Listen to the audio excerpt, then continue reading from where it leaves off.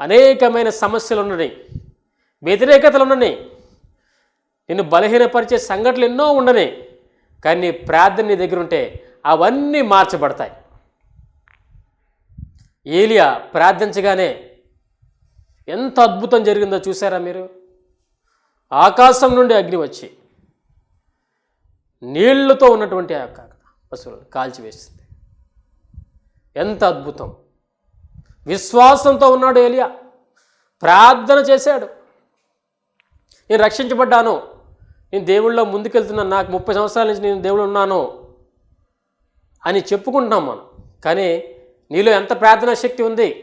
నీ ప్రార్థన నీ కుటుంబంలో అద్భుతాలు చేయడానికి అవకాశం కలిగిస్తుందా? నీ ప్రార్థన నీ జీవితాన్ని మారుస్తుందా? నీ ప్రార్థన వల్ల నీ యొక్క సంఘము బలపరచబడుతుందా?